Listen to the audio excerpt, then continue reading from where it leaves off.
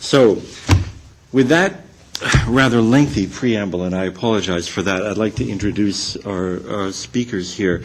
On my left, Christian Ehler, who is a member of the European Parliament from Germany, and has been a rapporteur, which in Parliament speak means he's been very important for the drafting of the legislation, guiding it, one of the people guiding it through the process of Horizon 2020. On my right is Maria de Graça Carvalho, member of the European Parliament from Portugal, who is also a rapporteur for Horizon 2020. They've divided the legislation up into pieces and have dealt with them that way.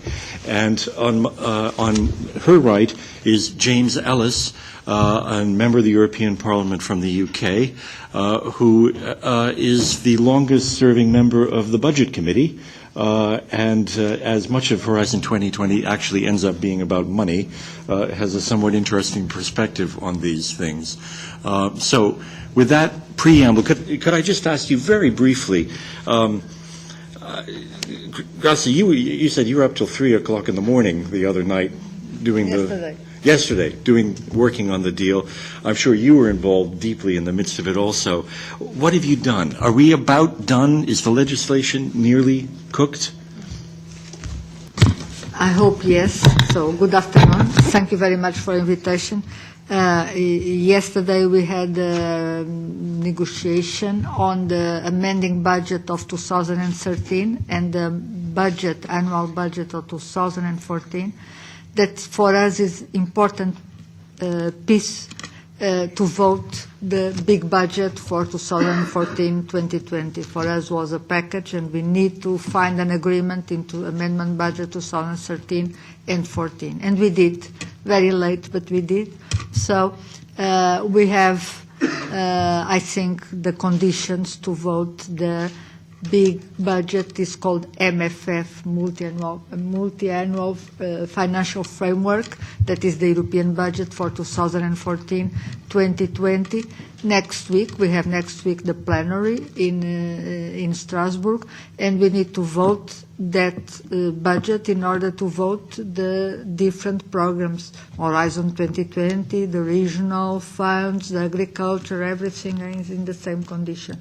So we have vote Horizon 2020 in the committee. We had a fantastic result. We had the support of all the political groups, all the countries, overwhelming support.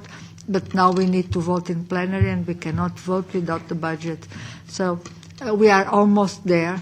Still at this time there is meetings going on to see if the conditions are all there to vote the MFF, the budget. I hope they are. The big ones are, so small details I hope that we can solve, and we'll vote in the beginning of next week the budget so that we can vote Horizon 2020 on Wednesday, on Thursday. That Commission can start launching the calls, and everyone can start work 1st of January in the new program. Open the champagne, huh? Of the budget, I think we won't have the money for champagne, but yes, we are still in the phase a little bit of horse trading. It's not so much the overall MFF, it's what we call the flexibilities or the technicalities of the program. But since everyone wants to start with the program in 2014, I think there's a certain tendency that the rapporteurs will advise the President to present the report in the plenary next week. But these technicalities are back and forth $1 billion or so. So what kind of issues are still in the technicalities?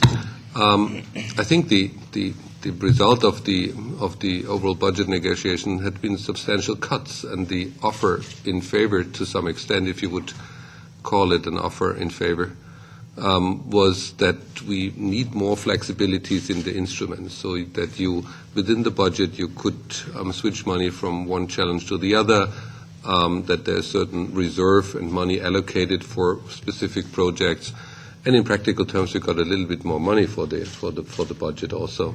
So, but that's really important because I think if we want to have an ambitious program, if we want to really go in the direction of innovation, we need flexibility. If this is just a bottom-down, very static inflexible budget, we can't react, and we want. We did take the budget cuts, but we want the needed flexibility for the Commission in order to react on changing situations, to switch budgets between budget lines and something like that. That sounds boring, but in real terms it's very important in terms of flexibility. And so, but will that happen, do you think, then? Will that in fact happen? That there will be, these technicalities will be sorted? You think so? Can I? Yeah. There is one condition not related with Horizon 2020 that is more difficult. That is the macro conditionality of the macro conditionality of the funds for cohesion and regional funds. Yeah. That is putting some problems. It means that countries that are with deficit or excessive debt cannot have some penalties getting access to regional funds.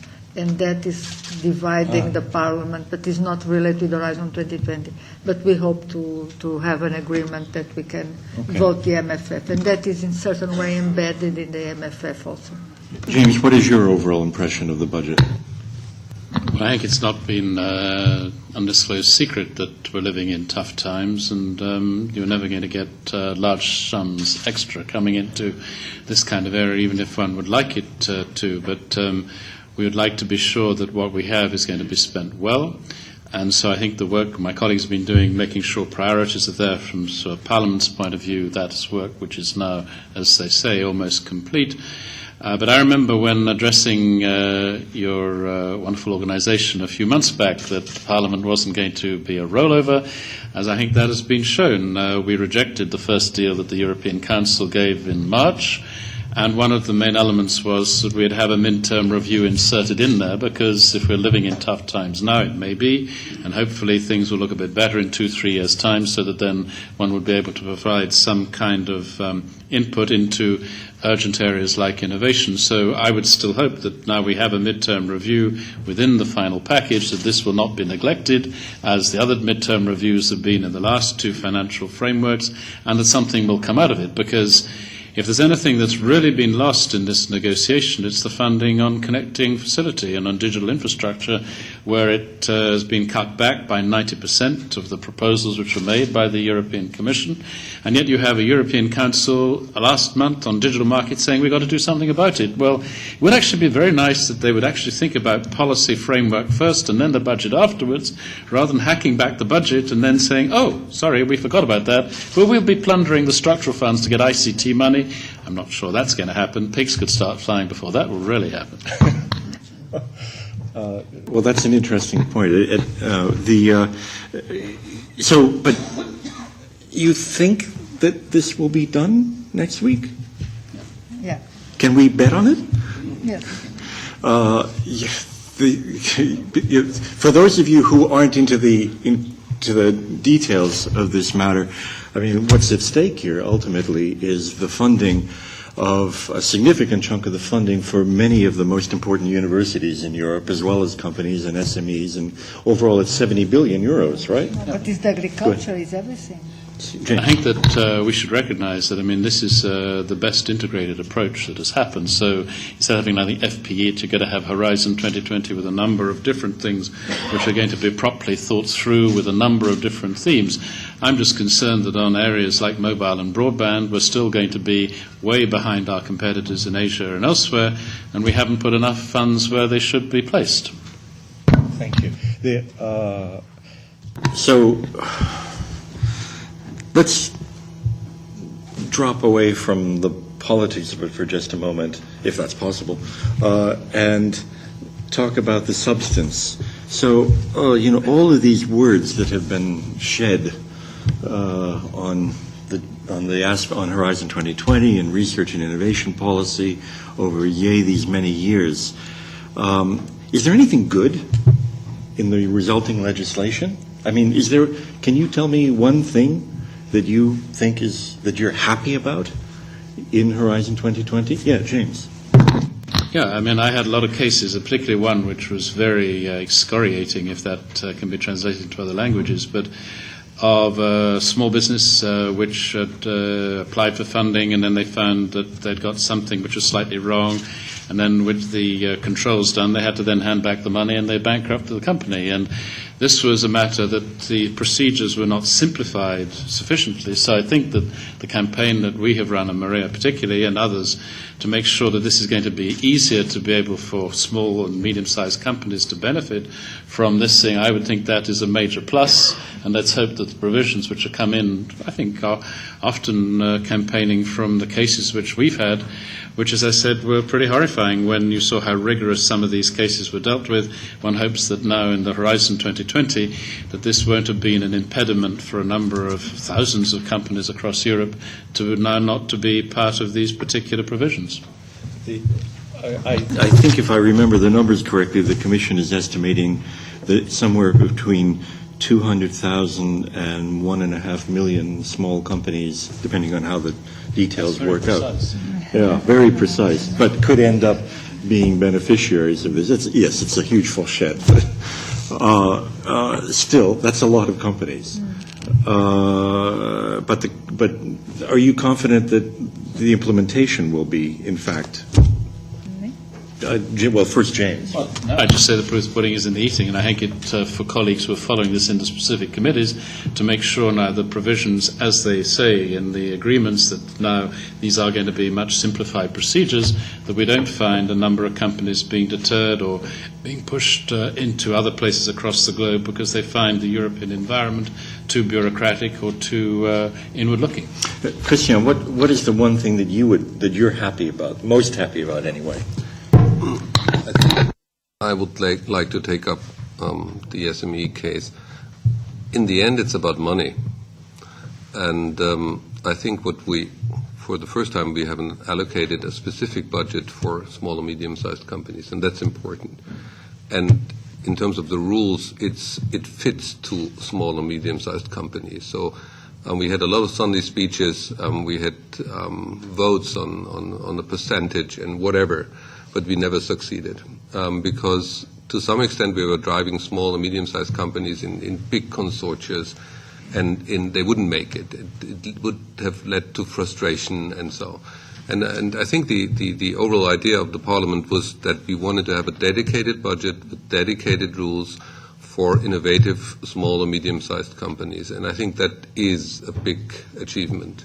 And the other thing, if I may add, is although this is a pilot aspect, but I think we took the ambition of the Commission in terms of innovation serious when we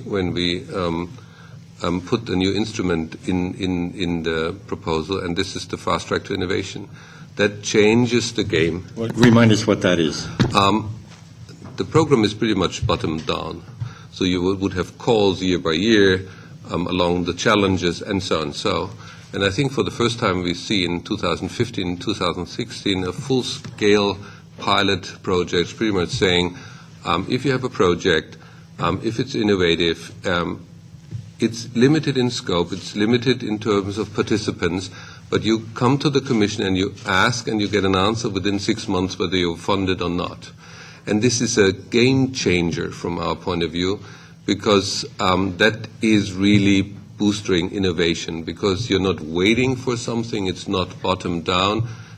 It's not top down. It's bottom up. So if you build a small consortia, you would get an answer within 6 months. And I think that could change a lot, not just regarding the range of the project or proposal now in the program. I think just for comparison, I think under FP7 the average time to grant was 365 weeks or no days. Oh gee. Yeah, but you have to be careful because we shouldn't follow our own myths. Yes, we wanted to be the proposal faster, but we are mixing up huge projects where the consortia phase takes months or years. If you have big JETIs, PPPs, huge collaborative projects, I think it's a myth to think that you could do that in 6 months. So what we wanted to achieve is that if it's smaller, if it's faster, it's more innovative, it's more driven by industry, then it should be faster. So it's not that this overall approach that we reduced the time to grant to 6 months in terms of the fast track and to 8 months for the overall program is pretending that everything will work in 8 months. That's pretentious, and I think that doesn't reflect the realities of complex consortia which are running for years.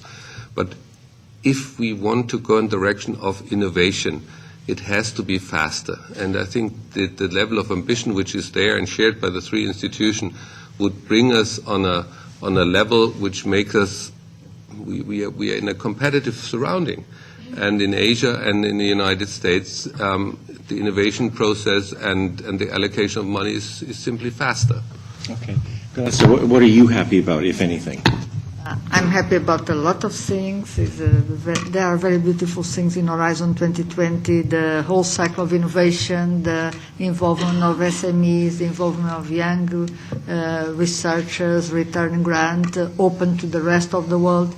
But if I have to choose one, I would choose simplification, like Alice. It was simplification. It was my first report that I did the report on simplification on the rules. I have indicated 70 measures where Commission should simplify. I'm keeping tracing. I have a table that I fill in what they are doing in the Commission. For the time being, I would say that 95% are there. But with simplification, you need to follow, because bureaucracy grows spontaneously. It's like entropy. If you don't do anything, it grows always. It never diminishes, especially if you have an organization, a public organization. The tendency is for entropy and bureaucracy to grow. So someone has to keep controlling the simplification process, because it's the natural tendency to get more complex. But for the time being, it's much simplified, and this is very good for the SMEs, for the newcomers, because framework program, all of them, 7 framework program, you could see that was for the usual ones, and now Horizon 2020, because it's simpler, because there's the widening of participation, is open to new participants, to small units, to younger innovators. So it's very important, and the simplification is an important part of being open to newcomers. Okay. Well, okay, then let's flip the question the other way. What don't you like in the legislation? The budget. The budget. Yeah. Yes, the And budget. this is- What do you mean?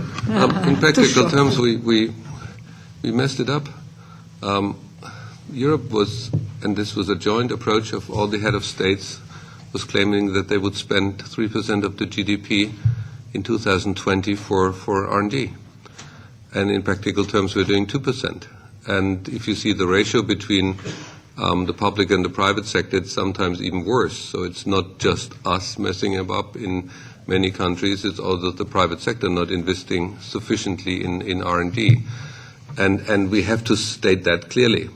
I think there is an embedded good news, because for the first time, although that sounds very technical, we created that bridge between the structural funds and R&D. So we are going to spend an amount of money, a proportion of money out of the structural funds, not for another street or whatever infrastructure project, weird infrastructure project. We are going to allocate that for R&D. So that will be a trigger, I think, in terms of R&D.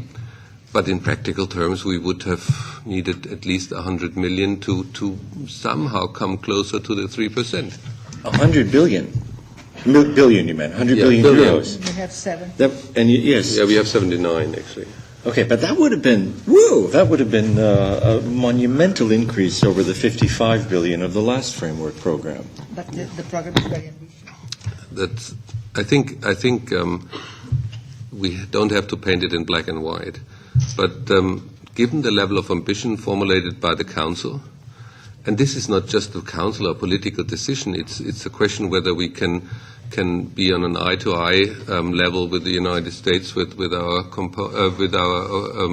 partners in Asia, and we stick to the 2% more or less through that budget. And that has to be a clear-cut message in a way that the question was not whether we would expand the budget, but the question had been within the budget, where are the priorities? And we are going to allocate 40% of the European budget to agriculture. The rest goes to the infrastructure, and then there are these tiny 79 billion euros left for innovation. And I think innovation will create jobs and growth in Europe, and not so much the agriculture sector, which is 1.6% of the European GDP.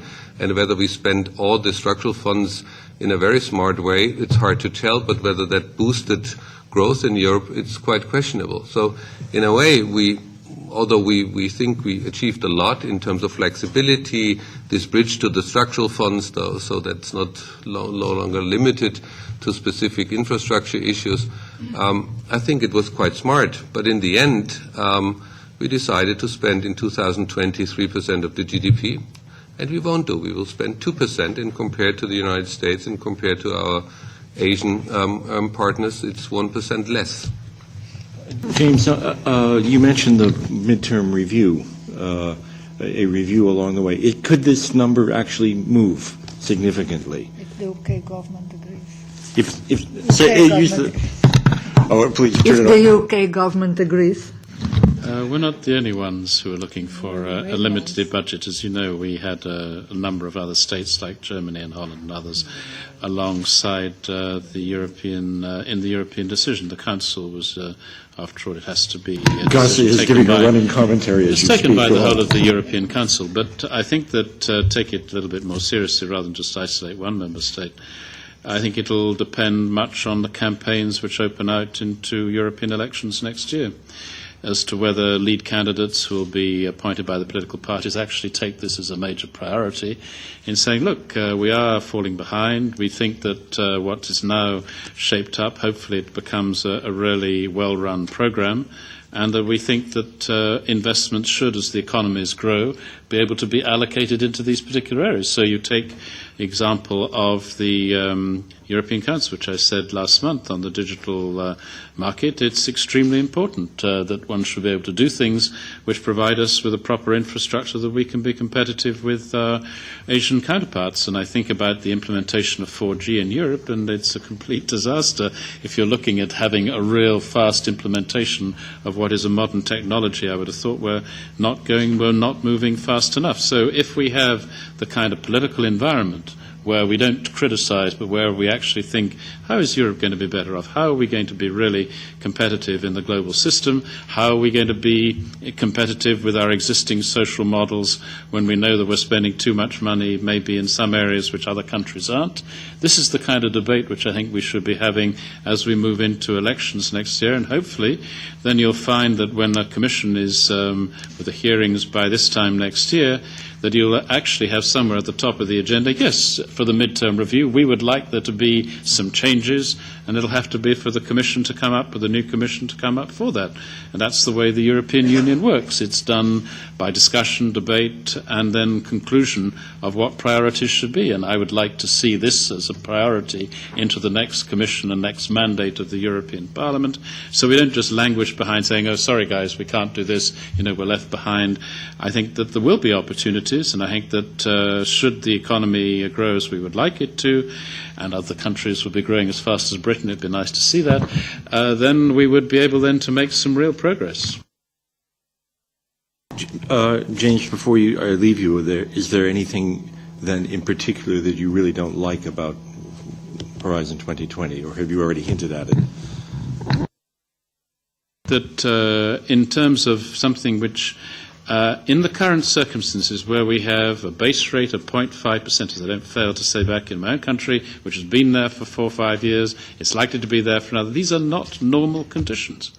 These are very fragile economic conditions where we're living in. The fact that you've got a system as the European Union is imperfect, but it comes up with a package which is as good as it could have done in the circumstances, in my belief, and that what we must do is build on that and make sure that where we see priorities coming, where Europe is lagging behind and we would like to see investments made, then the case has to be made to the authorities which have the money to make sure it's at the top of the list.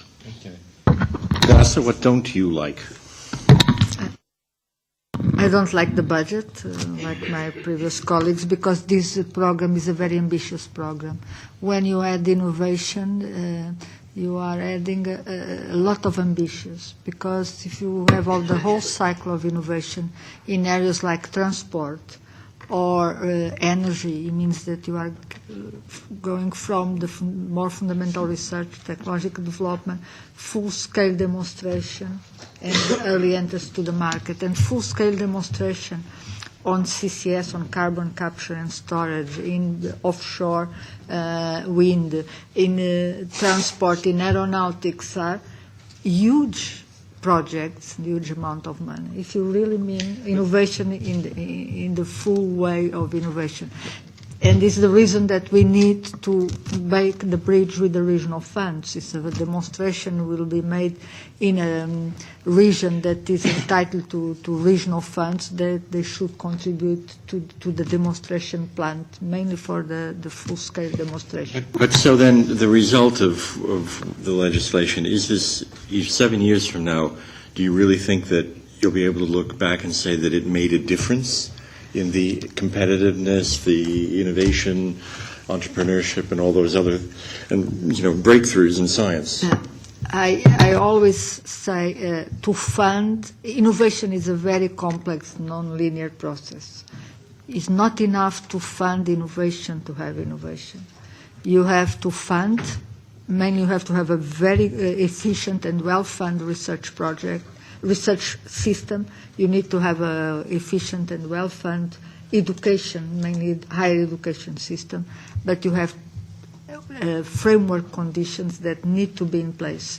Framework conditions like the macroeconomic conditions, competition, the intellectual property, immigration laws, everything has to be innovation friendly. The taxes need to be innovation friendly.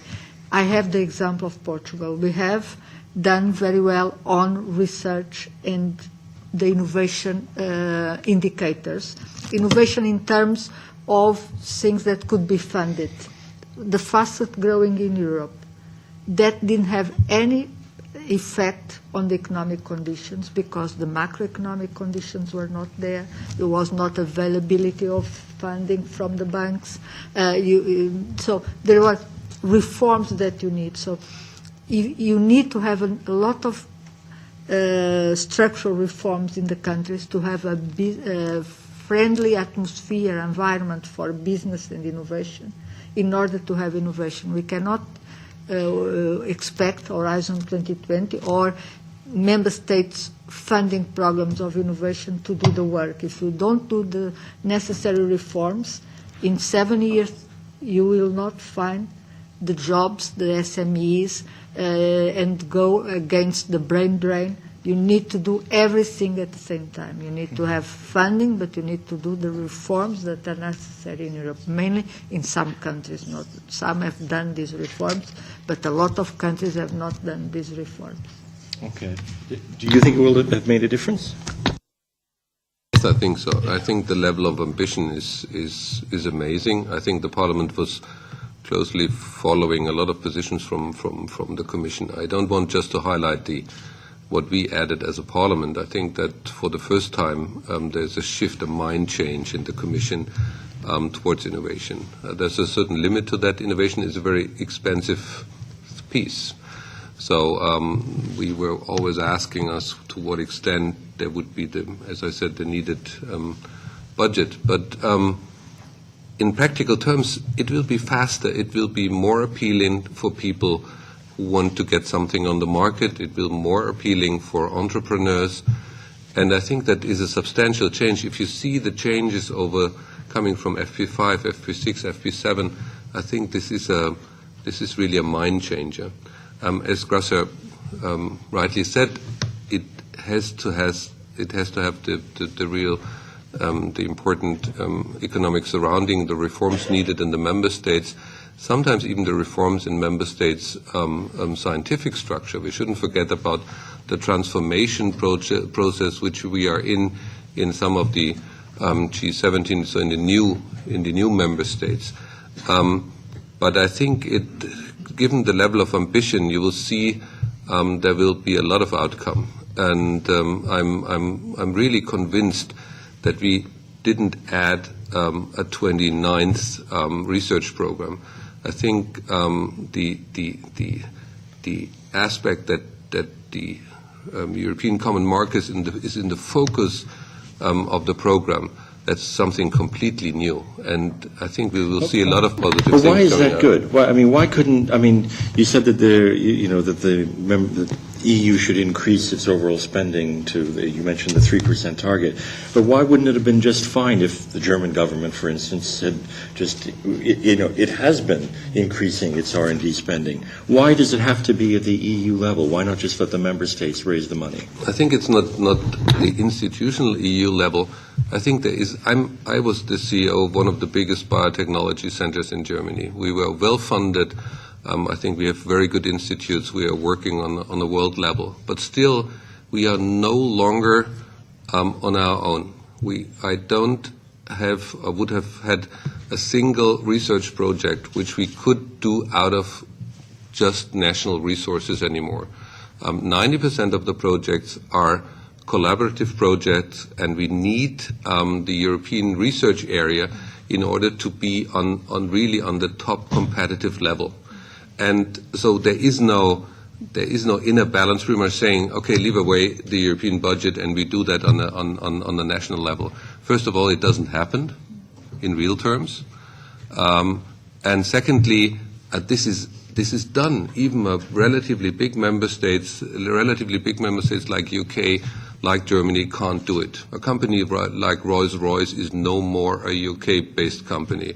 This is a company which is, yes, UK-based, but practically 70% of the research would be done in Germany. And even in Germany, it's done by a range of European researchers we have to attract to stay in Europe and not to go to Asia or to go to the United States. So the idea that you have a fallback option in terms of research, a national fallback option, doesn't reflect the reality. Mm-hmm. But then to come back to the political issue a little more, you all have made reference to the respective roles of the Parliament and the Council and the Commission in this whole negotiation. James, if I could start with you. Has anything fundamentally changed in the relation among the three bodies when setting budget? I don't think so. I think it, as Christian Ehler has nicely said, it's been an ongoing process, a building of what's already been. You're not inventing something totally new, but I think he's probably right that this is significantly moving to a different level, so that in the fact that you can get agreement between the arms of the budgetary authority and be able to put this show on the road. As I think I would conclude, this is not the only package in the MFF now being done. This is one of many packages which are being put together, and it's all being complicated by interlinking the annual budget process with the longer term, but that I think is now where we've got to. We'll get a vote on this next week. I think I'd be happy to buy you a bottle of champagne that'll actually happen. But whether you drink it or not is up to you, and that we should then be able to get the show on the road. I think that it's extremely important that as the economies begin to recover, that then the funds should be available and be available as fluidly as possible with the right kind of understandings between the budget authority and the European Commission, which I think is what's now happened. What do you think? Is anything fundamentally changing? First, I want to refer to the fact that research should be done at the highest level. Completely agree with my colleague Christian Ehler. That is a very important topic, even for the negotiations, to show to the member states that what they get from the framework program is not only the budget, is the access to cooperation and to more knowledge when they enter into a framework project at European level. So research is a competition and collaboration and should be done with the best where they are, in Europe or outside. If you want to advance faster, you need to link with the best that are working worldwide on that area. And it's interesting that the capacity building is local, research should be done at the global level, at least European level, and innovation is again more locally. So it's the fact that you can, because it's more the application and there's a more regional related. So you can, it's the reason that you can, in an easy way, to link with the regional funds and with the funds from the member states. What changed? All these negotiations were done in very difficult conditions. I understand the difficulties of member states. On the budget with ministers of finances, they are under very strong stress, and they have to solve very difficult problems, and sometimes with a timetable that is until the end of the year. They are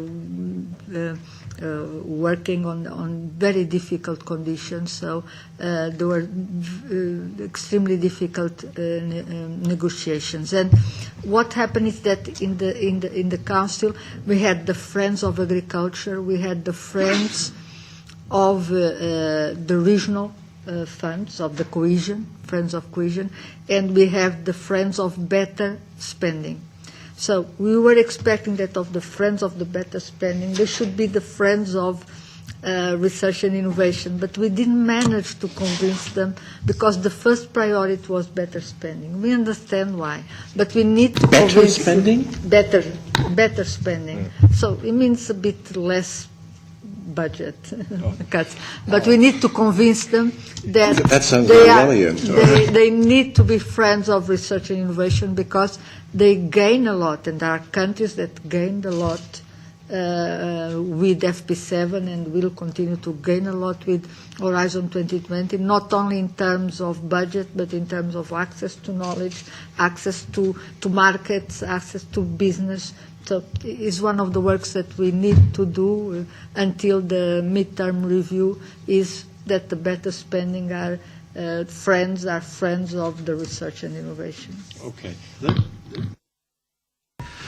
Let's take a few questions at this point. I believe there's some questions from online, and then we'll take one in the room. Yes, go ahead. Marlene Fiaschi, one of our directors. Please, what have you got? We've got a question from Twitter. Will the Horizon 2020 program prioritize sustainability projects in research and innovation? Will it prioritize sustainability projects? I see. All right. So, yes. There is a lot of areas related with sustainability, and there is an overall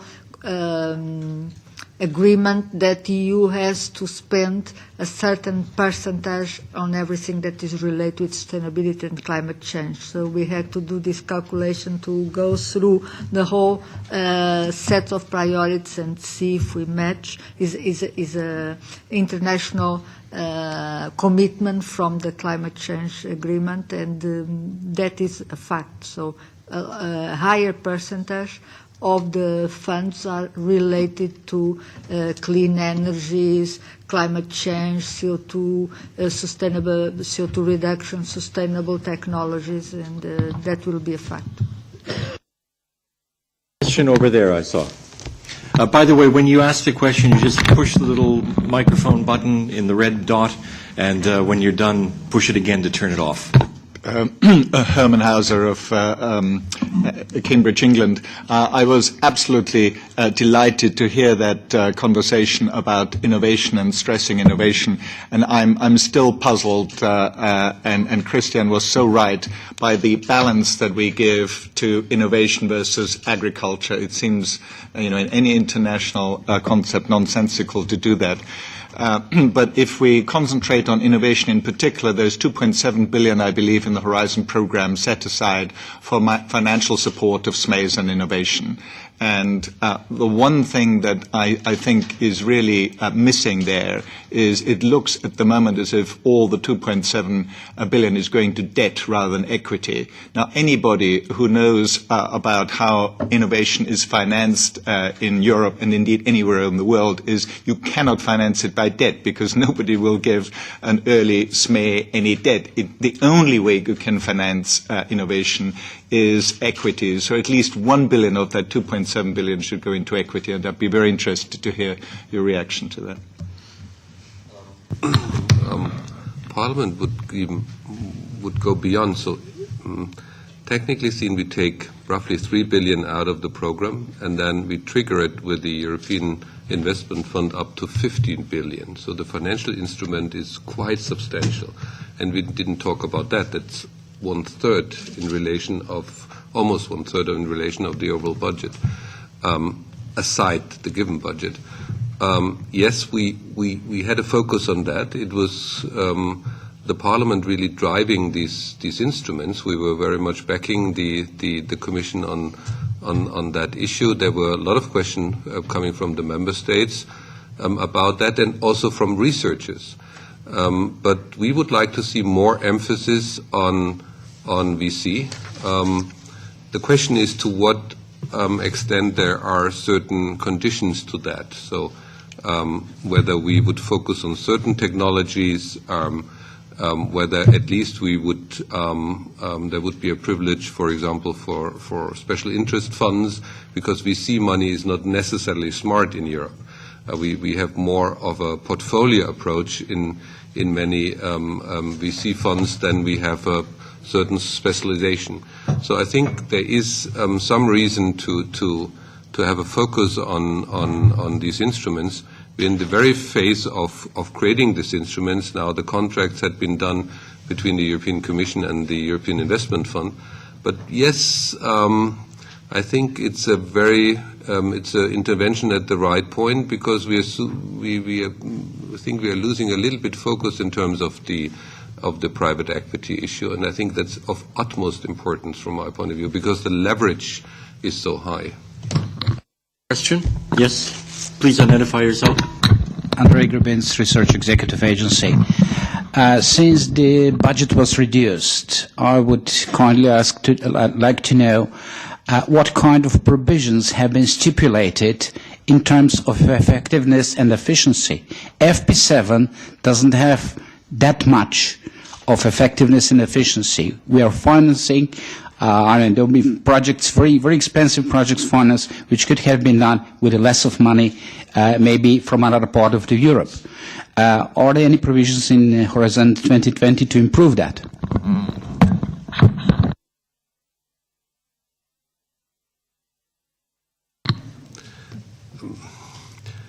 I think the intention is there. If I may say so, with Robert Jan Switzer, is a very ambitious new general director. We tried to back his idea that he wants to change a pig into a racing horse. I think there are a lot of provision in terms of flexibility, externalization, and so on, so that we think that there are provisions. But then, in reality, we have to see what the Commission is coming up with, the proposals in practical terms.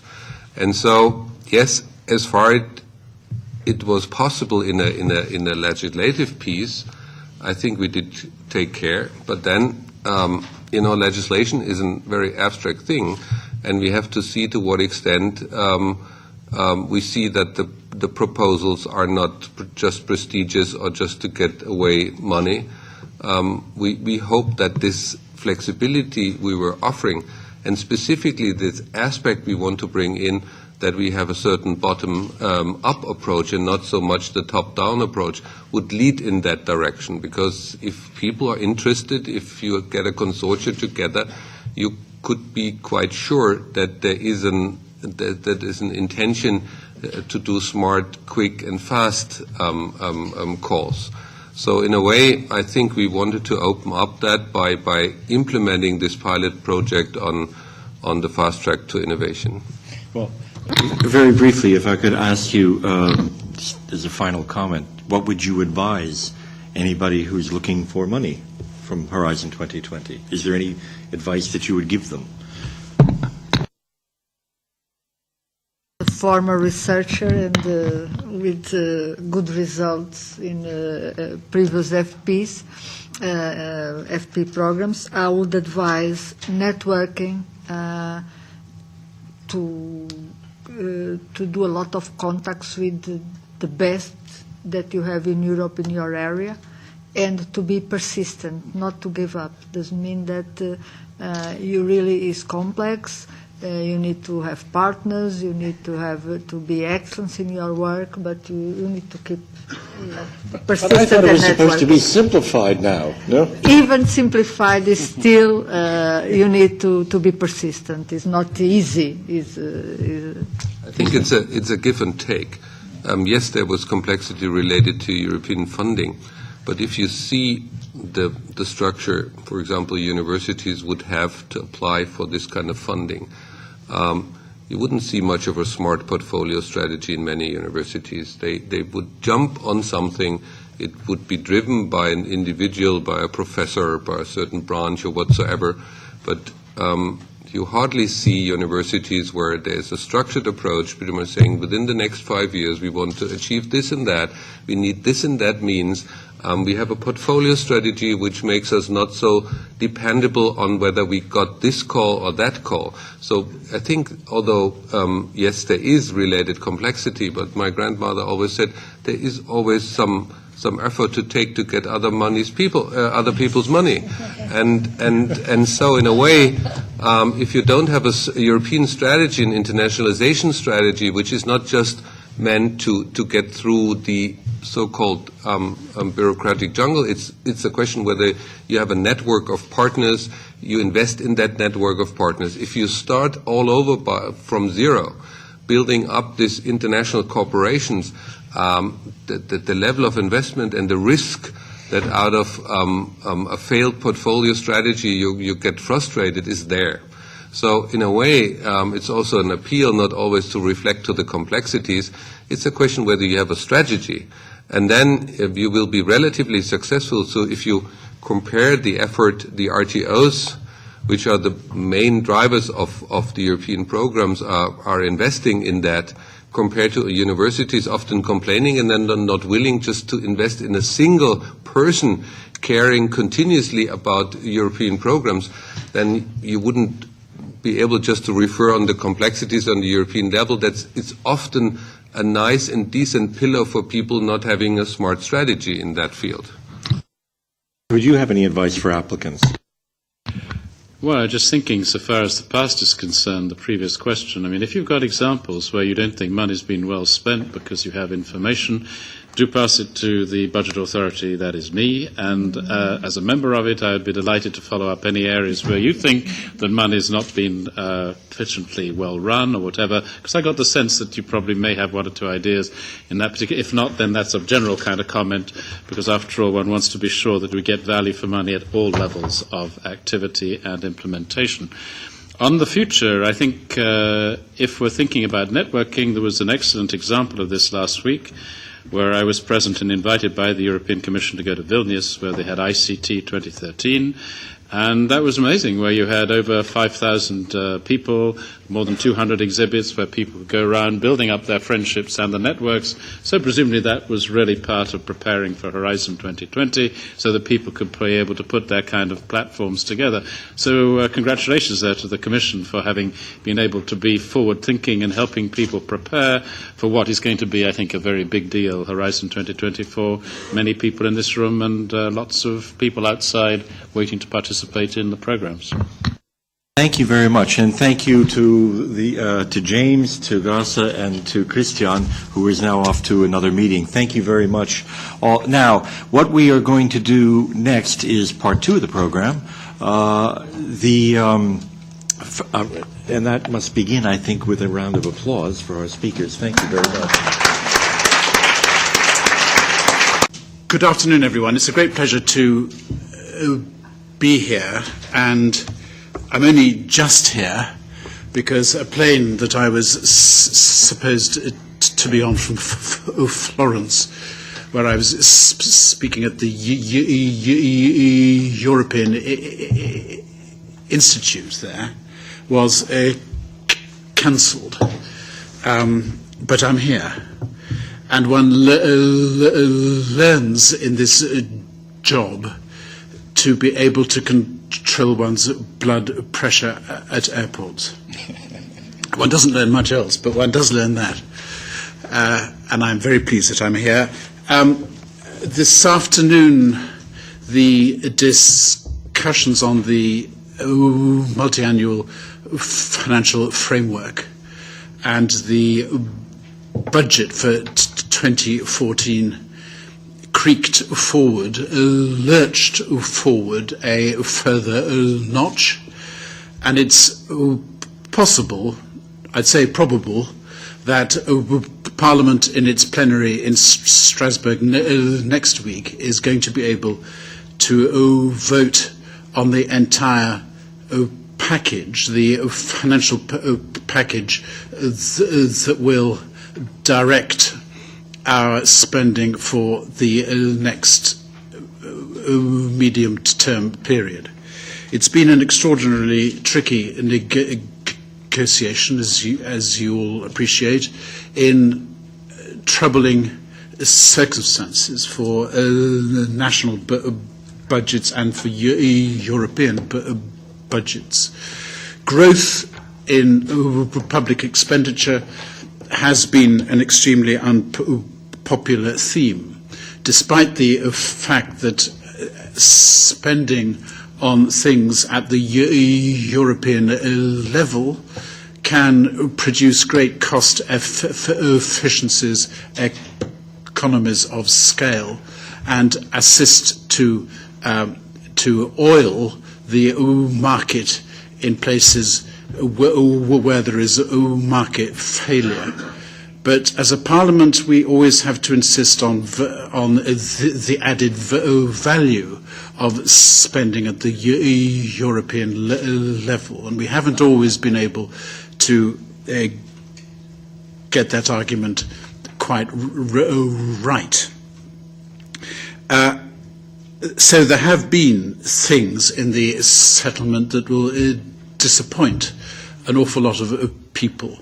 But an area where the message has got home is that science spending at the European level is a good thing, and increasingly important and increasingly central to making the case for Europe and for science. I think that science is an integrator. It's a factor of integration because it networks scholars and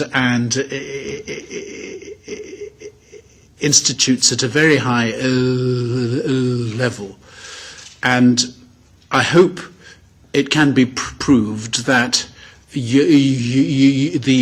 European science project has been greatly promoted, is sustained and promoted by prudent spending at the European level. And of course, science is also a great innovator, an integrator and an innovator. And if we are to be serious about being competitive, we all know we have to innovate. And one of the greatest exponents of successful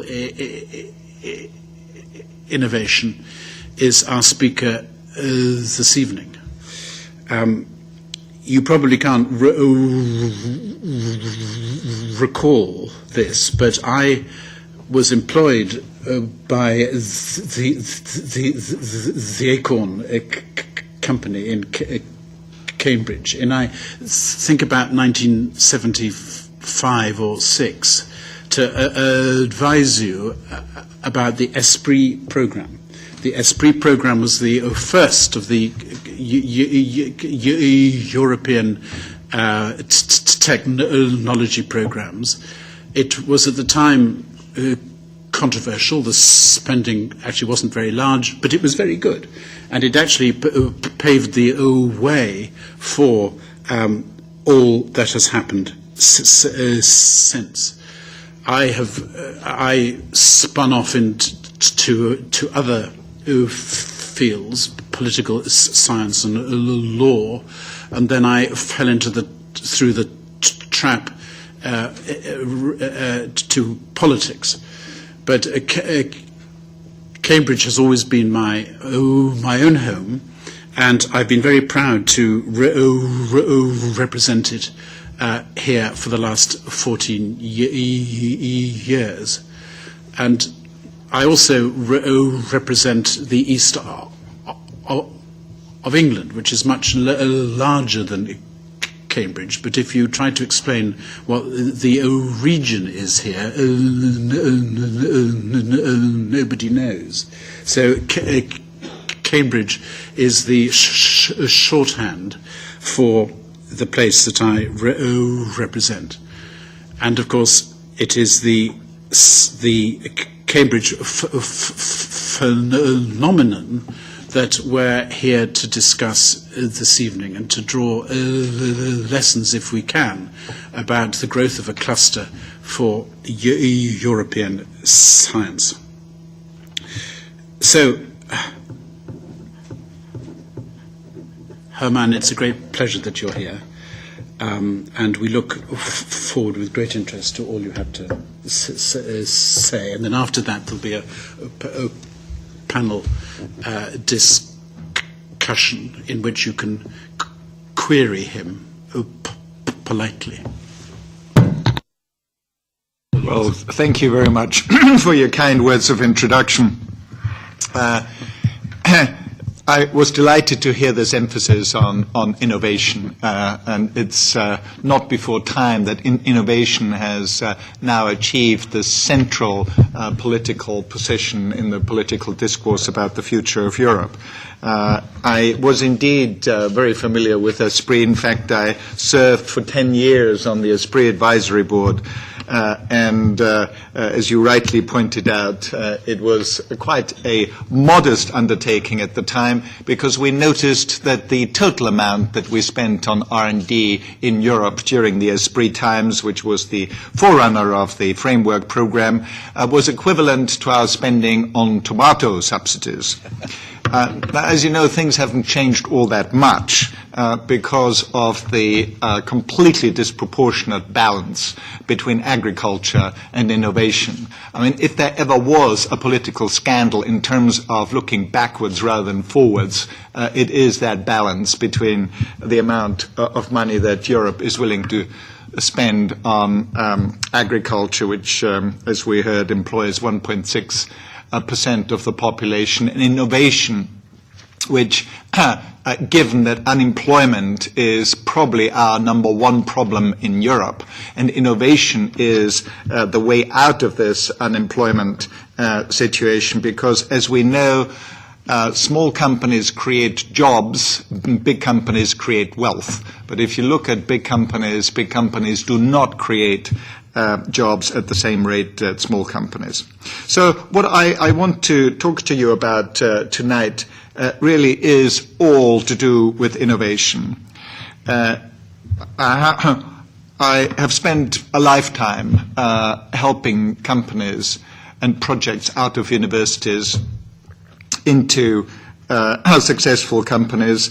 I'm probably one of two people in the UK and probably a handful of Europeans that have funded more than 100 companies. So I'm no smarter than other people, I just have a lot more data.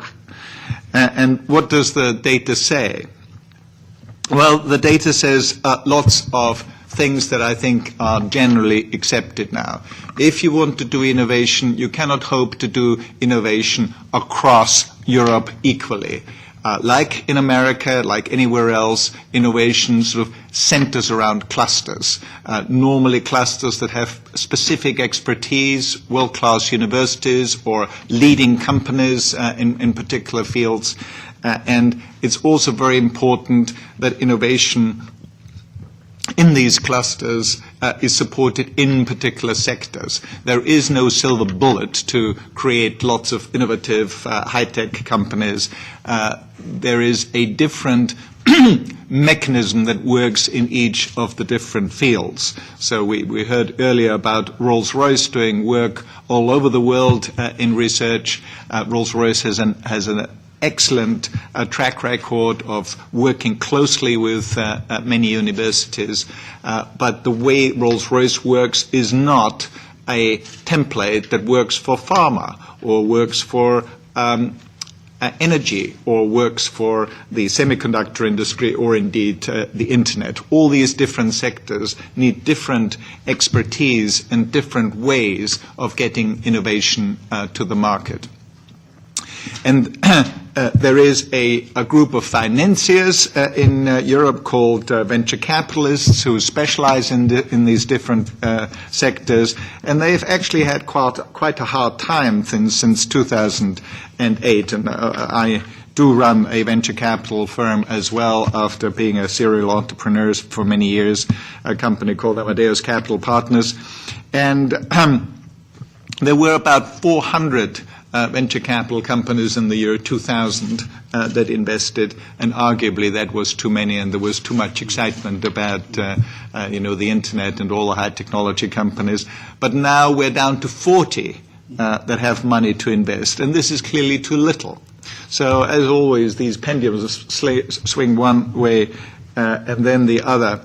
And at the moment, it's actually a very good time to invest in high technology companies and innovation. Why? Europe has always had a spectacular strength in our universities and our expertise. We do not have a problem with technology. We do create enough research and scientific papers, and in fact we are comparable to the US in that. Interestingly, we also start enough companies. There is a myth that America starts many more companies than Europe. This is not true. We do start enough companies. The problem is we don't grow them fast enough. And it's that growth that is facilitated by venture capital, and there is so much less venture capital in Europe than there is in the States, that this has become a real problem. Hence my earlier question about the 2.7 billion that have been earmarked for financial support for innovation in Europe. And for some reason, and I don't know why, at the moment all of that is dedicated to debt, which is useless to innovation, because companies that really innovate normally have no assets, so they cannot access the debt market. The only money that they can access is equity money. And the right way of putting equity to work in an innovation context is through funds of funds. There is a perfectly good market mechanism to deploy this money into innovation, and that is give the money to fund of funds who then select the successful teams, or venture capital teams in different sectors in Europe. And say if there was $500 million or $1 billion spent on that, if that goes into fund of funds, there would be a multiplier, because you probably only need to give 25% of a fund of funds that is supported by Europe, and the other 75% would then come from the market. So there would be probably a 3 or 4 to 1 leverage of any commission money that would be put into innovation. So in my opinion, this is the single most important thing that still needs to be decided on Horizon 2020, to make sure that the 2.7 million that have been earmarked for financial support for innovation is that a substantial part of that is put aside for equity.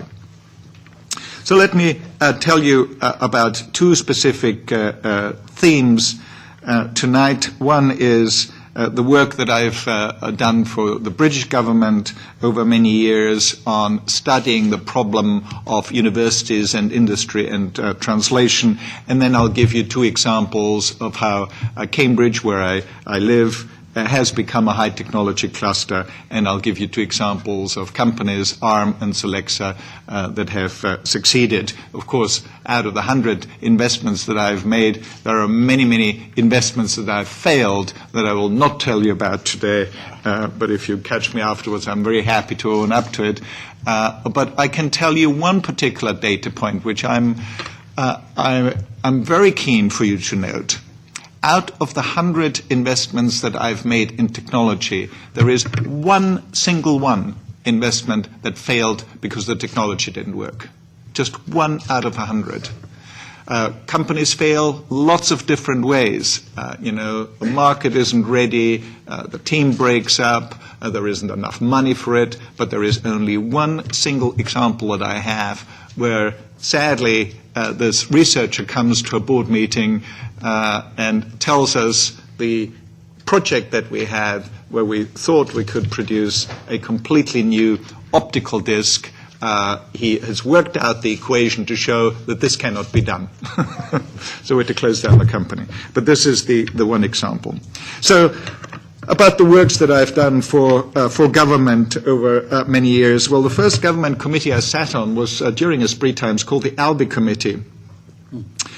When we looked at science in Europe and science in Britain in particular, and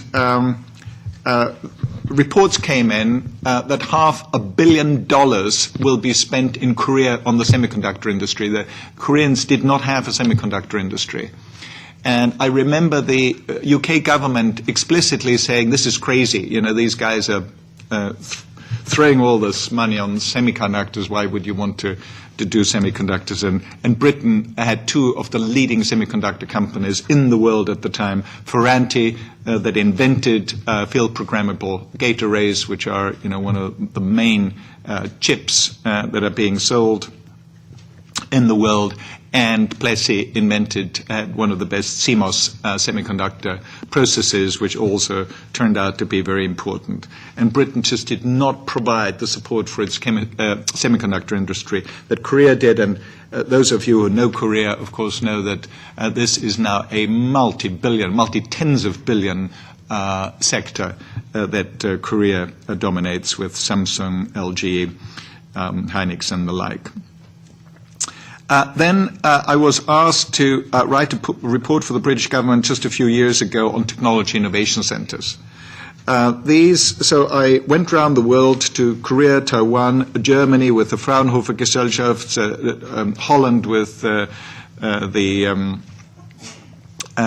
translation, TNO translation facility that they have there, and ETRA and ITRI in Korea and Japan, respectively.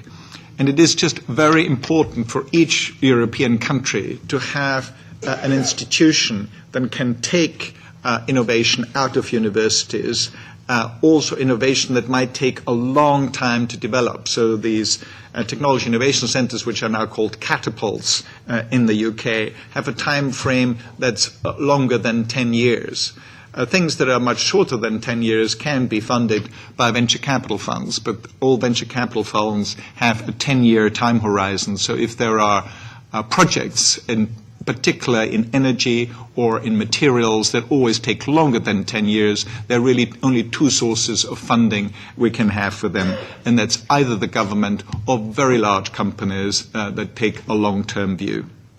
So my proposal, which has been adopted by the British government, and there are £200 million now being spent on them, but I understand that the government is willing to spend a lot more over the next few years, is to set up 7 of these catapult centres, and these are the criteria that I put forward which were accepted. The first criterion is that we've got to have world-leading research and world-leading technology for a catapult to be set up, so that it's not a matter of filling in holes, it's a matter of building on mountains, because if we don't have a world-leading position, we have no chance of competing on a global scale, and this has become very much a global game. The second criterion was that the technology that we're going to support that way had to have buy-in from industry. So the funding model is, in fact, the same as with the Fraunhofer Gesellschaft, that a third of the money has to come from industry, a third comes from the government, and then the last third comes from project finance, which could also include framework program funding. And the last criterion was that Britain or any other country ought to have the absorptive capacity, that when finally we produce some interesting results that could benefit Europe to exploit some new technology, there is the infrastructure and there is the capability of the country to take advantage of this. So this has been quite a successful project. As I said, there are 7 of these catapult centers in a number of different areas, like stem cell technology, offshore wind technology,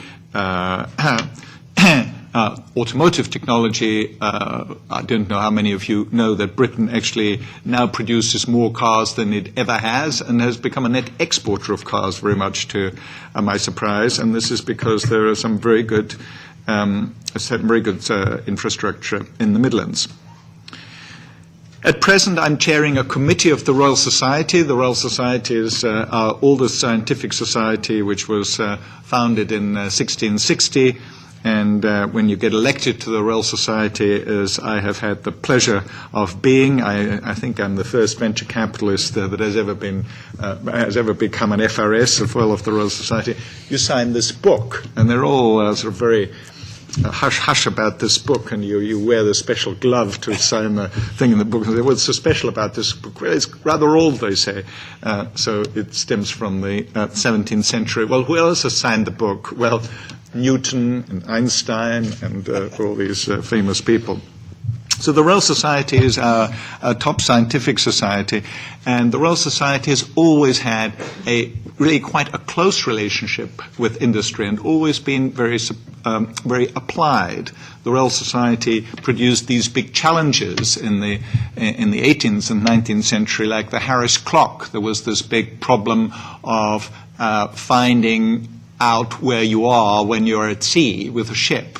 And for that, you could look at the sun and find out the latitude, but in order to find out the longitude, you had to have a very accurate clock. And there was a guy called Harris who fixed that with the Harris clock. But that was a Royal Society-sponsored project, as opposed to the equivalent to a catapult in the 18th century. What my committee is looking at is the relationship between science, industry, and the translation of science into industry. And the Royal Society is trying to move closer to industry now, that it's clear that this has become a race. This has become a race between nations, that when there is a new scientific breakthrough, when there is a new invention, a new idea that appears, it normally appears in a number of different areas in the world. And the race is between those nations that have managed to organize their affairs such so that they can translate these breakthroughs quickly into companies and exploit these breakthroughs for their economies, and those that are falling behind. And I think we have no option but to participate in this race and organize our affairs so that we do this efficiently. There are people always, of course, ask, and governments always ask, what can be done here? Well, there are a number. I sat on the Williams Committee that made 3 recommendations, all of which were taken up by the British government, and all of which had a profound effect on innovation in Britain. One was R&D tax credits. So if you spend a lot on R&D as a British company, all the amount of money that you spend on R&D, you actually get back from tax that you have paid in cash. And many, in fact, if not all of my portfolio companies at Amadeus live for another quarter on these tax credits. They've been incredibly beneficial. The second change in the law in Britain was the equivalent of the American prudent man legislation. And this is slightly counterintuitive. And the American prudent man legislation argument goes as follows. If you are a prudent man advising a pension fund, which is, of course, a very conservative investment fund, then a prudent man will take a small portion of, a very large fund and put it in quite risky investments, because very risky investments give you a much higher return. Now, of course, often they fail, but when they work, they give the higher return. So this was the prudent man legislation in the US.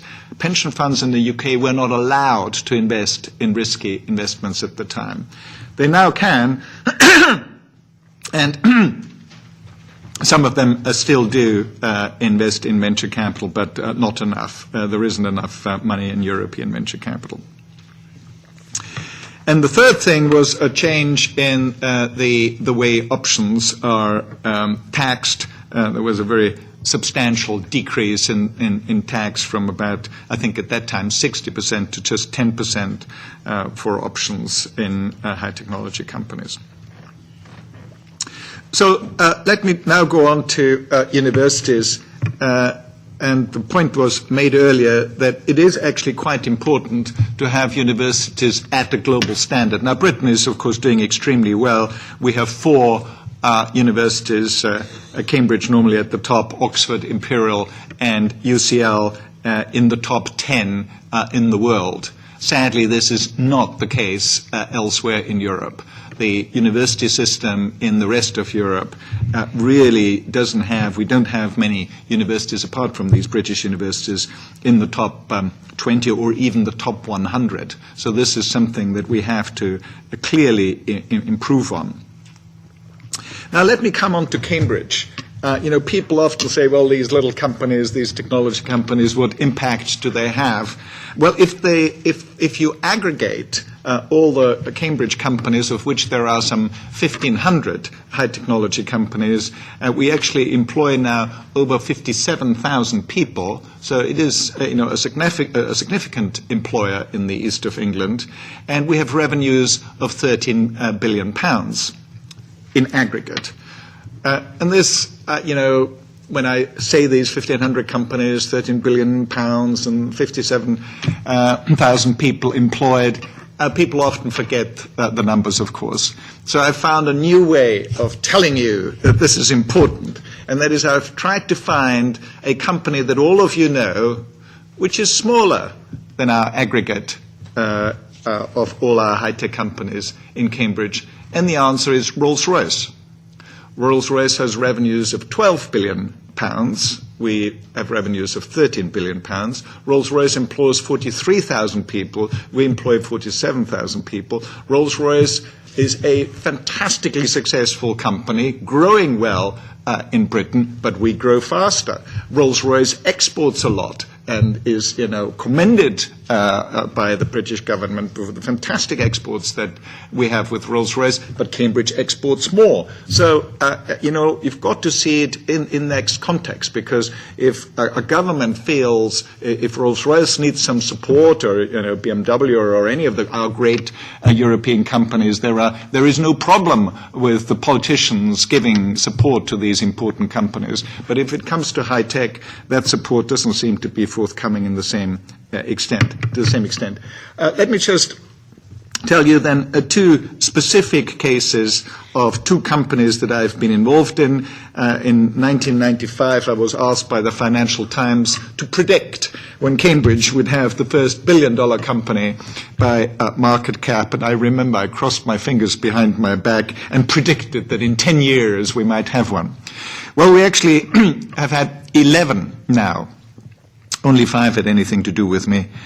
But one, called ARM, has become our most successful company. It's not a very well-known company, but let me tell you that all of you actually wear our products right now, unless you don't have a mobile phone, because ARM has practically 100% market share. We say more than 95%, but actually it's probably more than 99% of the microprocessors in mobile phones. It's a company that's worth $25 billion. We have sold, we will sell over 10 billion ARM microprocessors this year. This is more processors than there are people on Earth. And the reason for that is that, say, the iPhone, if you pick a well-known phone, has 5 ARMs in them. So there's the iPad or the Samsung or the HTC or the Sony or Nokia. And the number is so high that in this 1 year, we're selling more microprocessors than Intel has sold in its entire history as a company. So people say, but these are very cheap chips. Well, let me surprise you with another interesting statistic. Since 2010, the value of the ARM chips that are being sold worldwide by our licensees. ARM is a license company. We don't actually sell the processor itself. We sell licenses to companies that then sell the processors. So if you add up the value of all the ARM processors being sold worldwide by Qualcomm, Sony, Toshiba, Intel as well, interestingly, then the total dollar value of these ARM chips has also overtaken Intel sales. That's $40 billion a year. So it's a very little-known company because it only has 330 customers. And these are the 330 licensees, the 330 semiconductor companies in the world that produce ARM chips. The second company I want to tell you about in a little more detail because it is a good example of how European innovation has contributed to another breakthrough, and this time in gene sequencing. There are 2 professors of chemistry, Shankar Balasubramanian and David Klinneman, who invented sequencing by synthesis. And this completely revolutionized gene sequencing. It cost about $10 million to produce the human genome at that time on existing machines, which were ABI machines, the 3700. And we reduced the cost from $10 million to $1,000. $10 million to $1,000. So this is a factor of 10,000 in 5 years. I've lived off Moore's law all my life, which is a factor of 2 every 2 years, or you've got 5 doublings in a decade. It's a factor of 32 a decade, which was a factor of 10,000 in 5 years. And we haven't stopped here yet either. I think we will drive this down to below $100 in a few years' time, when I'm sure every newborn baby will be gene sequenced in the same way that we do blood groups of newborn babies, so we know if they need a transfusion, what blood transfusion we give to the baby. We will be able to do everybody's genome so that they know which drugs will be appropriate for them when they fall ill. So it's a very, very important development. But let me tell you the way we spun this thing out of Cambridge University. And it's a story of science, but it's also a story of management. We've always had the science in Europe. The thing that has changed over the last 20 years, and the reason why I think it makes a lot of sense to invest in European venture capital, is for 20 years we've worked very hard to improve our management capability. And if you look at Silicon Valley, during the first 20 years, American venture capital returns were not very good. And it must be said, European venture capital returns aren't very good. But after that 20-year period, when there was the knowledge, when there was the entrepreneurs, when there was the management that was educated during those 20 years, often through lots of failures. Now, we've had these 20 years, and my belief is that we'll create great companies over the next 10 years supported by venture capital. So this team, which we spun out from Cambridge University, produced a machine that increased the throughput by a factor of 100. And then, because of the venture capital companies that we had with our international networks, we went to the US and saw somebody called John West. John West was in charge of a $1 billion division of ABI, who at that time had an 80% market share of gene sequencing machines. And we said, we have bad news and we have good news. The bad news is that we have a machine that we've developed in Cambridge which is 100 times better than the machine that you are selling at the moment, and we're going to blow you out of the water. The good news is we want you to do it.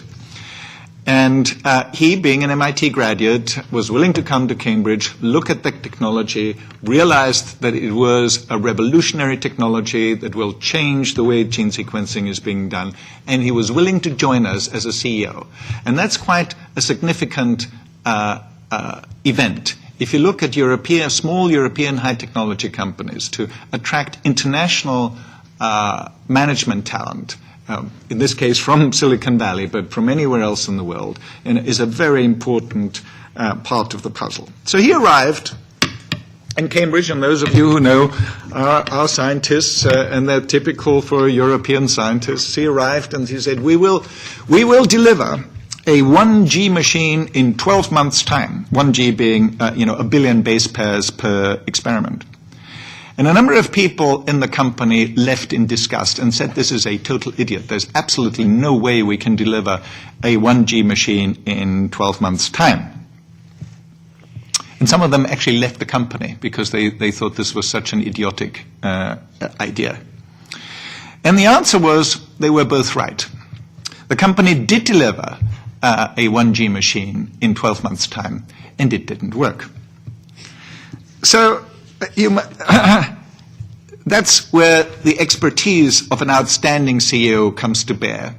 Because John West knew there was a market for machines that didn't work, because he'd been selling them for all. So why? Why was there a market for machines that didn't quite work? They did not work. They just didn't work as well as they should have. And the answer was that because of this revolution, that things got 100 times better. I mean, when have we last heard something getting 100 times better? All the big gene sequencing centers were in competition to do more genomes and do bigger patient cohorts on cancer and so on. So the advantage that they would get from this new machine was phenomenal. Now, he knew them all. He knew they were in a competition, and he went to them and said, there are 8 of you. I'm a little Cambridge company. I can only work with 3 of you. But the 3 of you who are willing to pay a full price for a machine that doesn't quite work yet, and if you are willing to work with me over the next year, we can make this machine really work, then you will be the first one to have this machine and can deploy it. They all 8 of them wanted to do that. Only 3 of them were chosen. And one of them was the Broad Institute had a particular condition. He said, I will not order 1 machine. I will order 15 machines from you under one condition. You don't tell anybody else that I did that. And indeed, they then became the main gene sequencing center in the world. These are 2 success stories in Europe based on university research.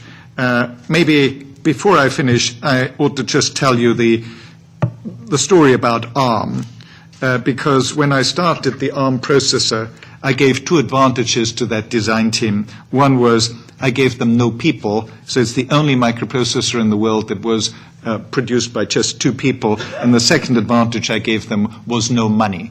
So they had to keep that processor really, really, really small and simple. And the side effect, which wasn't one of the original design aims, was that it consumed very little power. And because it consumed so little power, but had high performance, it was ideal for mobile phones. And Nokia came to see us and said, they wanted that processor, and said, what do you want, a PC processor and a mobile phone? It's a complete waste of time. So you wouldn't know what to do with that much. He said, yes, we do. We want all these new features on phones. And when Nokia adopted it, all the other companies then adopted it as well.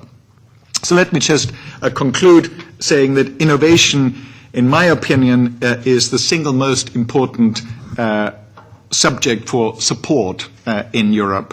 And the only way to do this is do it very selectively, do it in areas where there is a cluster of expertise, where we're world-class, and where we can build world-class companies. Thank you very much. Thank you.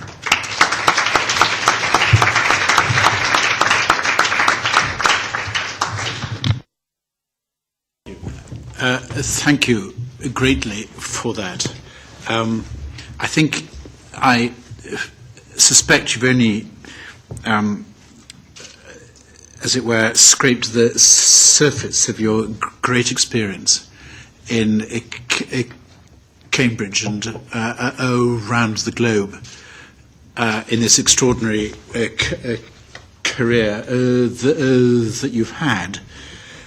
But it's very, very interesting, and it provokes an awful lot of thoughts, and I hope questions for us all, certainly as policy makers at the European level. There are serious lessons to draw from your experience, which has been very rich and fruitful for us. Richard is looking nervous. No, I was just going to, first of all, introduce Waldemar Kut, the Deputy Chef de Cabinet for Commissioner Gagan Quinn. I was going to ask him before we leave to, as I said, say what's next with Horizon 2020, to bring it back down to the Brussels scene. But I have one immediate question for Hermann, if I may. We first met in the mid-'80s when you were having one of your less successful ventures, or what proved to be. So, all right, what went wrong there? Is there a lesson from Acorn Computer that is relevant to policymakers? And for those of you who don't know the company, Acorn was, I think it was the largest, for a while, the largest competitor to Apple. Well, Apple wasn't really competition in the UK because we had a 60% market share, and our computer was so much better than the Apple, of course. The problem was one of scale at the time. So arguably, I remember Bill Gates visiting me. We were the first company that grew from 0 to £100 million in revenue in just 5 years in Britain. It was a fantastic story of growth, but also a fantastic story, or a very sad story, of great difficulties after the 5 years. Acorn then was a medium-sized company for another 10 years. And in fact, the BBC microarchitecture together with the VAX 780 were the two longest-lived computer architectures ever in the world. And they educated British school kids on computing. But the difficulty was that the management expertise that I would argue we now have, we didn't have at the time. I'm a physicist. I did my PhD in physics. I didn't know anything about stock control. We never had any stock. Anything that we bought shipped straight out.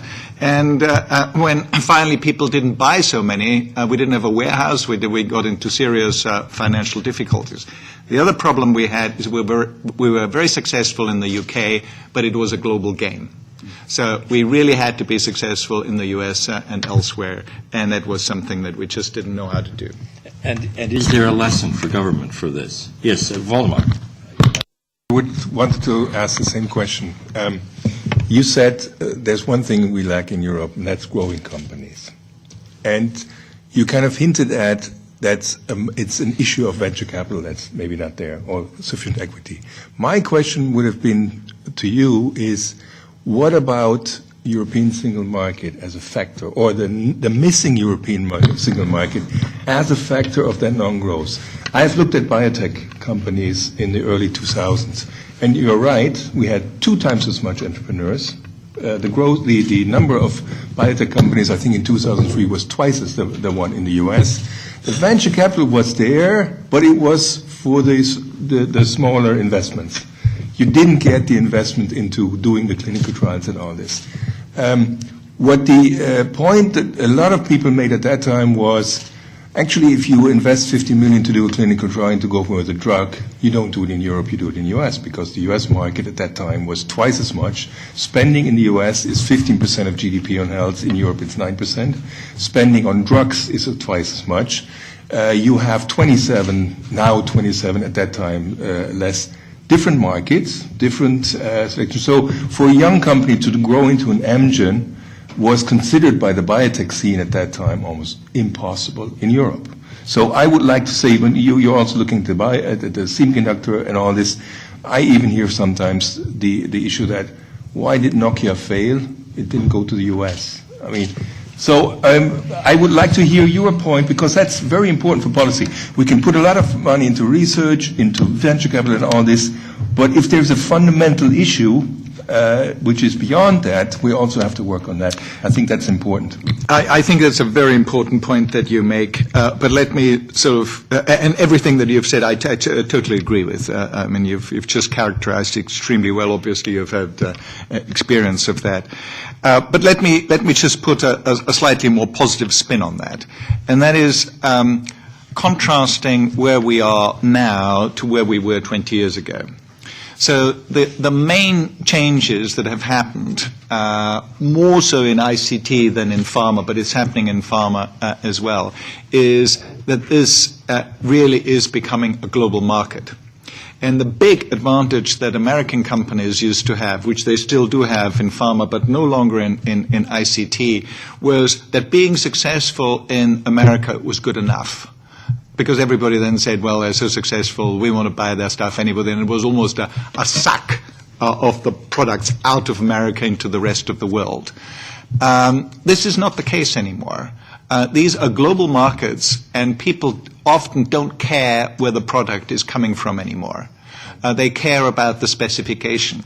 So as long as we can produce a product that is suitable for the global market, they will buy it from us. They won't even know whether it was made in Germany, made in the UK, made in Portugal, or made in Estonia. If as Skype has. Skype is the worldwide success, and yet it was produced in Estonia.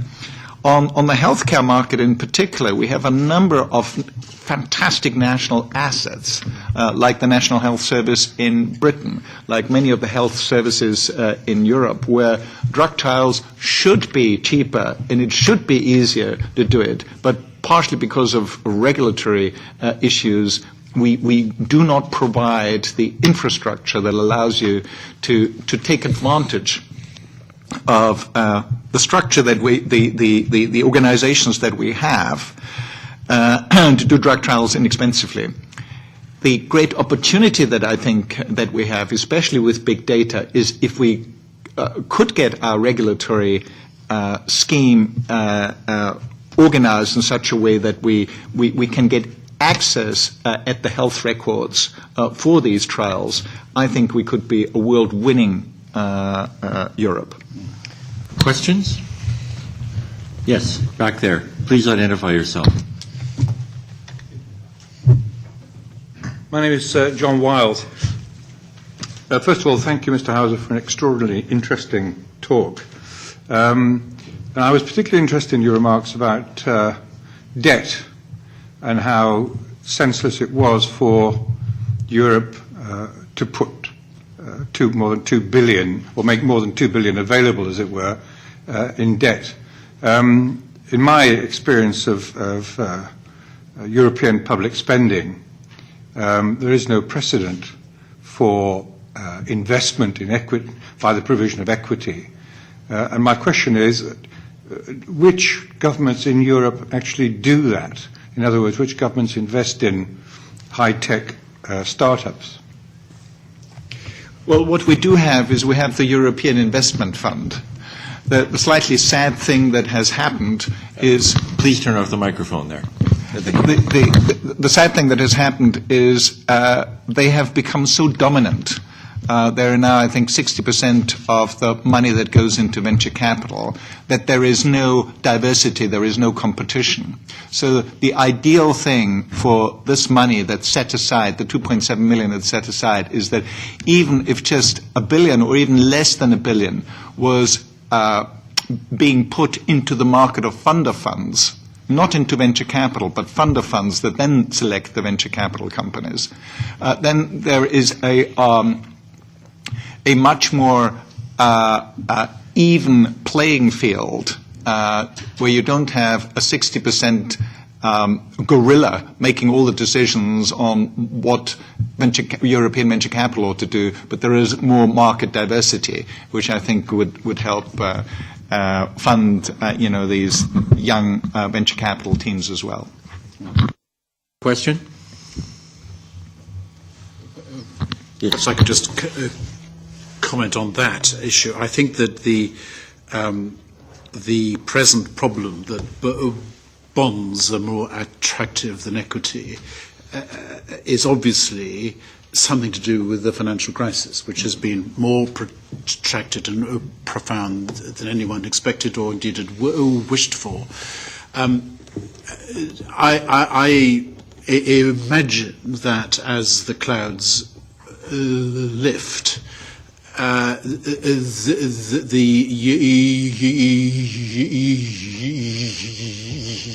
European equity market is to become a lot more attractive again, as it used to be in those early years. I've got a...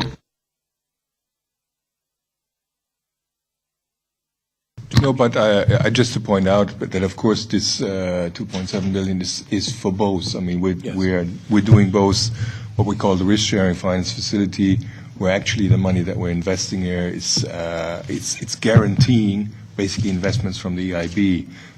So the actual loans that we can give out are almost a factor of 10. Because we have a guarantee, the other part of the guarantee comes from the EIB, and that guarantees the loans. And then you can add on top of that actually the additional private investment. So the leverage factor of that money is very high. What we do, as in the CIP, the previous CIP, and also what we're doing now, is that we have also funds of funds investment. But of course, that also is in the current situation. I mean, we can have funds of funds, which is 10, 25% maximum, depending on the sector and all this. But the 75% have to come somewhere else. And that is more of a problem, let's say, than actually our part of the investment. Yes. A question, coming back to the people who actually do inventions. Identify yourself. Anna Frostegot from Karolinska Institute of Sweden.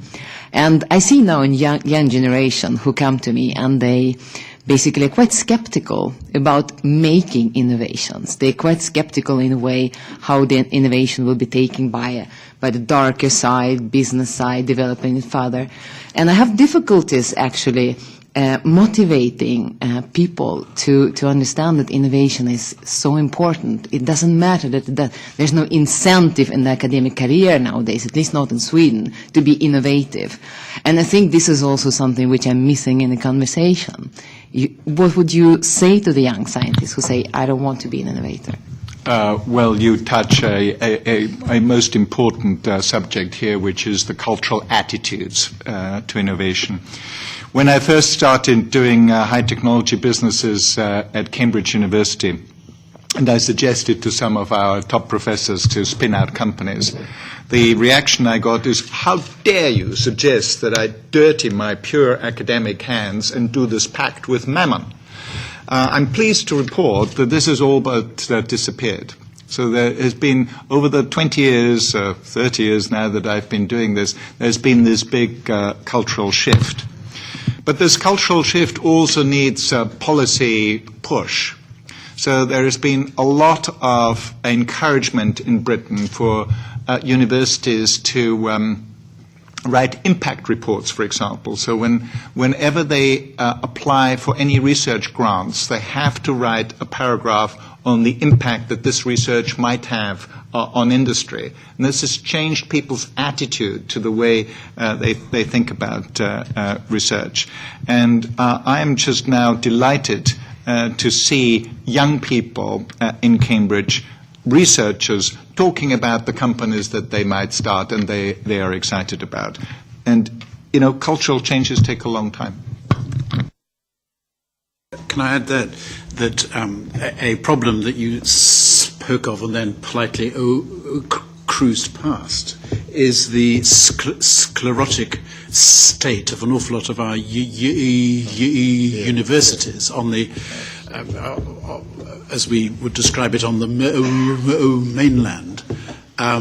and I speak to professors who are at their wits' end in German universities, who ought to be at the cutting edge of science because of the constraints, the restrictions, the bureaucracy, the hand of the state upon education at that level. I think that we need a liberation of universities. I think this has been quite correctly picked up by President Barroso, and we must pass it on to his successors in the next Commission. Waldemar, Andrew, if we may change the gear, I'm mindful of the time and the clock here. So, Waldemar, what's next? What's next? Well, next is the vote in Parliament, as we are here, and we hope all is going to go okay next week. And then we would be ready to go and publish our work programs on the 11th December. That's what we're heading at. On the 11th of December. The 11th of December. Okay, so what are the work programs? What does this mean? When do When you apply? All that stuff. Well, the work program is basically contains the call for proposals, the contents of the calls for proposals for the next 1 or 2 years or the first 2 years of the Horizon 2020. So this is usually all of the 3 pillars that we have, whether it's the ERC calls, infrastructures, Marie Curie fellowships, whether it's the topics within the societal challenges areas, whether the topics for the key enabling technologies areas. All these first calls, I think it's worth about, depending on whether you take constant or current prices, it's around 10 million euros per year. So we're basically having the level of investment that we had in 2013. We're keeping up now for the next 7 years. So all these calls, all these details will be out on the 11th of December. And so when would you be expecting the money to starting to be dispersed? Well, the first calls will start immediately, basically after the work program is out. You will have calls that will be staggered for the next 12 months, basically, or even longer. So you will have calls in different eras. Some will be earlier, some will be later. I mean, we cannot manage all the calls, of course, in the first month. That wouldn't be logistically possible. You know that we are outsourcing a lot of our management to the executive agencies. We're outsourcing, for instance, food research and other areas.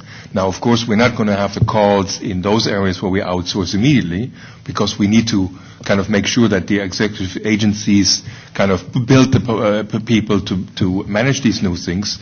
So we're going to have these, let's say, outsourced areas more towards the end of the of next year, and the calls that that already are managed by the agencies, like ERC, or which we manage internally, we'd have them a bit earlier. So, I mean, there are a lot of changes that we've done. I mean, we've heard before we put different programs together, like FP and the Competitive Innovation Program, EIT.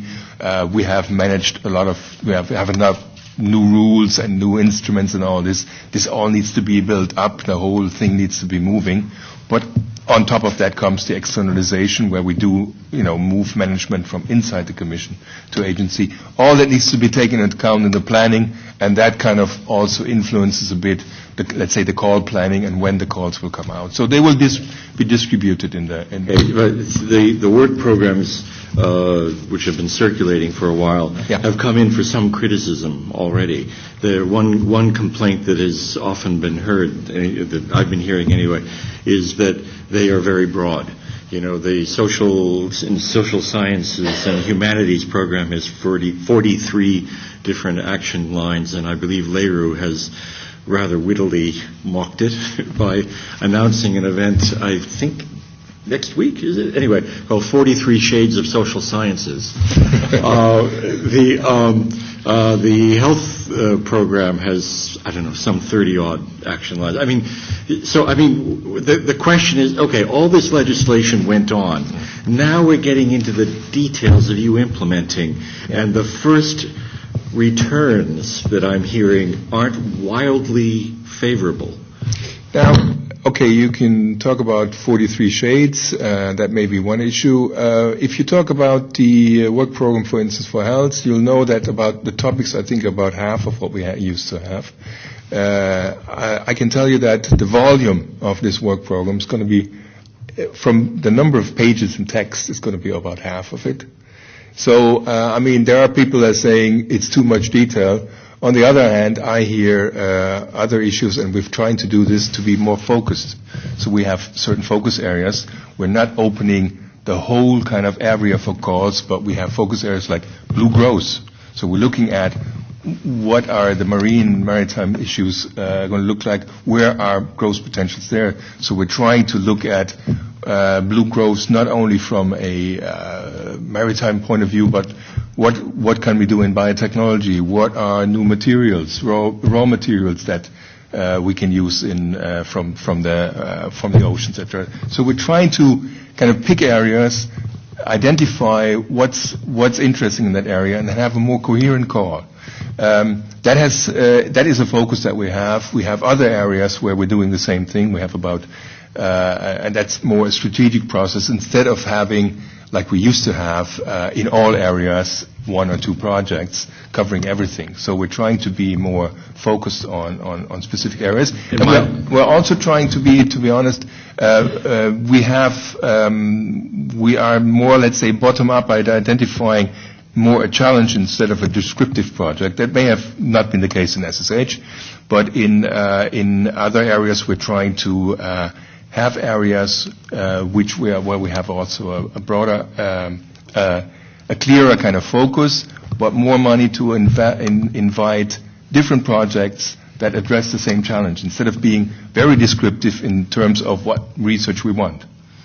Okay. So we do have a change there, and I think people will need to get used to those different things, different changes that we have introduced. And my last question would simply be: can in future the Commission publish these work programs earlier? I mean, we have a problem of course, there's a specific process involved. Okay, so I mean, which is everybody. I mean, it's the member states being involved. It's all kinds of people being involved. I mean, we don't officially publish, but as you say, everything is circulating, so anybody knows about what's happening anyhow. The internet is very fast these days. The Commission has actually always made a habit of formally, let's say, or more formally producing the work programs once they've gone through the internal process, especially that the member states in the program committees have signed them off. So before we have formally adopted them, but at least where we know this is just a formality and that at that point we have put them out. But then also with a disclaimer, always with a disclaimer. They are only formally adopted once they're formally adopted by the Commission. So that's the point. But in view of transparency, we usually have a time point where we publish them, but not before. Okay. Why don't we take one or two questions and then we're concluding. Yes, sorry, your hand first. Thank you, Richard. I have just one question for Hermann Hauser. Would you consider investing in... Please identify yourself. Yes. My name is Reza Zain Jofradi. I'm a specialized researcher in alternative finance at the University of Leuven. I have a question for Hermann Hauser. Would you consider investing in a non-technological innovation, but where the market would be multi-billion euro and where ultimately it would greatly benefit the Eurozone? Thank you. Well, that clearly should be funded. The funds that we have a very specific remit. We can only invest in high technology companies. So it wouldn't be appropriate for Amadeus Capital Partners. But let me assure you that venture capital is very keen on high returns. So if you can show that you're, producing an innovation on the financial side that produces good returns, I'm sure you'll get the money. There was another hand there I saw. Yes, thank you. Patrick Terroir, General Manager of CDC Intellectual Property. My question is, I wonder if the future program will pay enough attention of the problem of transfer, invention to something, to license or to market. Because we invest a lot in research and even in financing, but the real process of the exit strategy of an invention, how to license an invention, how to transform an invention on a product on the market, is quite dark and very difficult. When you are in inventors, what can you do with your invention? What kind of have you a market? Have you a demand? Are you something? So is there a reflection to study in the kind of knowledge market, knowledge European market, to improve that transfer of invention to the market? Thank you. This is something that I've been involved in all my life, so here are some of my prejudices on the subject. Number one, I distinguish between evolutionary IP and revolutionary IP. Evolutionary IP, as you mentioned, licensing can be absorbed by our large companies because it is evolutionary. Revolutionary breakthroughs, I find it very difficult in large companies. They seem to be incapable of embracing revolutionary technologies. So the right way of dealing with the revolutionary technologies is really to create a spin-out. So the way to get IP out of universities is to have technology transfer offices which understand what the value of the IP is, but then also create the teams that can both understand the technology from a technical point of view, but then have the management capability of translating it into a successful business. I should say that the IP itself, one shouldn't put too much emphasis on just the intellectual property and patents, for example, because most of the patents in this world sadly aren't worth the paper that they're written on. And if you look at the IP income of universities all over the world, there is only one type of patent, which is a small molecule that creates sort of 80% of the IP income in universities. So the answer to your question is good technology transfer offices and a venture capital that can put the teams together that actually that make something of the intellectual property. And many of our universities don't have that at the moment and need it. Shall we conclude? Yes, if the months, years, I think 14 years that we've spent arguing about patent law in the EU, and how hard it has been to achieve a consensus, which we haven't got yet still. I mean, we have a process, but it's not yet comprehensive. I think if we'd known before that most patents aren't worth the paper they're written on, we would have done something else more profitably with our time. But anyway, we're extremely grateful for your words and presence this afternoon, this evening, and thank you greatly for being here, and also to Valdemar on behalf of the Commission. Thank you very much indeed.